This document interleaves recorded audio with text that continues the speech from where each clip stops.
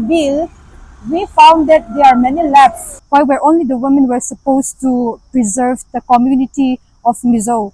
To be honest, I feel like it's somewhat of a backward move. I would say that it is very biased. We talk about equality these days, and we are going back to the discrimination. It still objectifies women and that our identity is not as crucial. You know, being born a Mizo, so it's from birth, it will be up to our death. The Mizo Marriage and Inheritance of Property Amendment Bill 2026, which was passed just recently, garnered a lot of controversy, especially with the Chief Minister Laldu Omar saying a Mizo woman who marries outside the Mizo community is no longer a Mizo. And today, the Mizo Metia in Suikompol had a meeting out of which they released a statement saying that the government should relook into this bill because they were not consulted despite the bill saying that they were consulted. We spoke to a few women today and to MHEP to understand their feelings and what are their perceptions of the bill. Ethnic blame has long been a weapon, and in this case, it fell the hardest on Mizo women. And many men defend that bill by saying that it was supposed to preserve our very own indigenous community, our society. But one question I would like to ask them back is why were only the women? Why were only the women were supposed to preserve the community of Mizo? To be honest, I feel like it's somewhat of a backward move on the government's part because I feel that in some ways it kind of still shows that it still objectifies women and that our identity is not as crucial is what they make it seem like. I would say that it is very biased against the daughters of the family. So that truly reflects somehow the Mizo society as a whole. So this law, this amendment bill that is being amended recently and passed in the assembly, I would say that it was an unwritten law for a very long time in Mizoram that women who married non-Mizos, their children, uh, when it comes to employment or any other benefits that they could have, uh, in actuality, they could not claim the scheduled tribe uh, rights. So it was a kind of an unwritten law, I would say. So it has already been in existence, even though it was not written in the law book or enacted in the law courts. So I would say that, it is simply, they have amended it.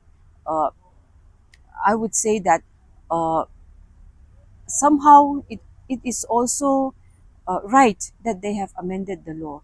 But somehow, it had been presented in a kind of a, manner which hurts the sentiments of a lot of women folk in the state. Let's take one thing for an example, so that people can understand how unfair this was. Um, there's, as we all know, Mizoram was 90% Christian, and there were church everywhere, every Sunday. And on the church, women were expected to wear puan in order to preserve the culture of Mizo society. And women wasn't allowed to even attend weddings with these pants because it was not, how would I say, elegant, and it could somehow throw dirt on the Mizo community. While on the other hand, men for the longest time wear Western clothes, and they can wear whatever they want. They can even wear T-shirts, whatever they desire to, and that was never seen as, how would I say, throwing dirt to the Mizo's community. And that same thing happened to the bill that was mentioned here. And I feel like Mizo women as a whole are our identity, where we are expected to be the torchbearer of our community is a bit unfair. The Mizos, being a patriarchal society, women have been discriminated from uh, as far as we can remember. Of course, there were times when women were given their due, how do I say, their due importance. But of late, what I have seen or what I have concluded myself is that men are now on the defensive side and they are trying to, whether it's a bill or whether it's a attitude, there has been so many, I don't know how to put it into words, so many actions, so many narratives where women were discriminated. Because we talk about equality these days, and we are going back to the discrimination era, if I may say so. And the most recent thing that we are now talking about is the amendment of the marriage, where if a Mizo woman is married to a non-Mizo, then her tribal status will be, she will no longer be called a tribal. But if you look at the act, it doesn't talk about the the woman who marries, but it talks about the offsprings of that woman. But still, what I feel is that when we talk about the status that we have, it's what we inherited from our parents. And no law or no attitude, no actions can take that away from us. So I feel that, interpretation and misinterpretation are there.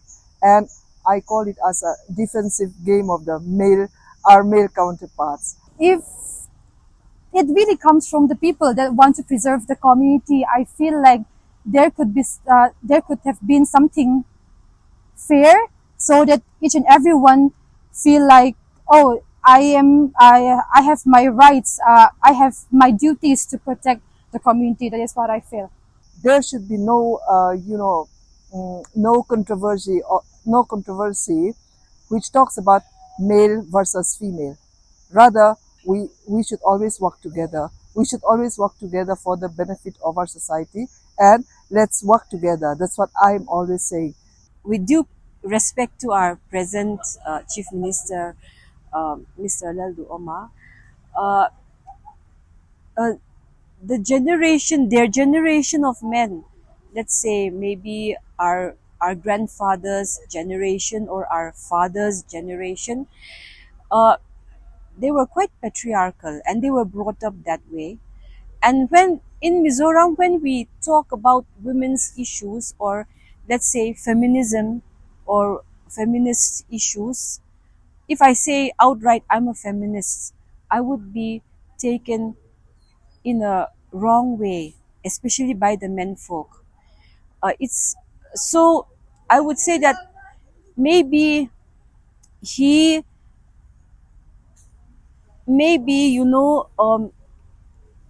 he was influenced. Our chief minister, maybe he was influenced by how he was raised up. Let's say the Mizo saying, "Mei chia te fin chuan, enge tuikur." How do we put it? Tuikur ra kai lau ti te mei chia le pal chia chu du hun ha thak tur ti te kha. Those sayings are there. So I think from a very young age, the in the psyche of our men folk, that kind of a issue, they were raised up in that way. So I think the chief minister also, on his part, I think that came through, on the way he presented the bill. Whether I marry a non-Mizo or whether I marry a Mizo, as long as I carry that baby in my womb and give birth to, how can anyone deny him or her to being a Mizo? If that, my offspring wants to be a Mizo, who is there to say that he or she is a non-Mizo just because the father is a non-Mizo? Because he or she is born out of the womb of the woman who is a Mizo.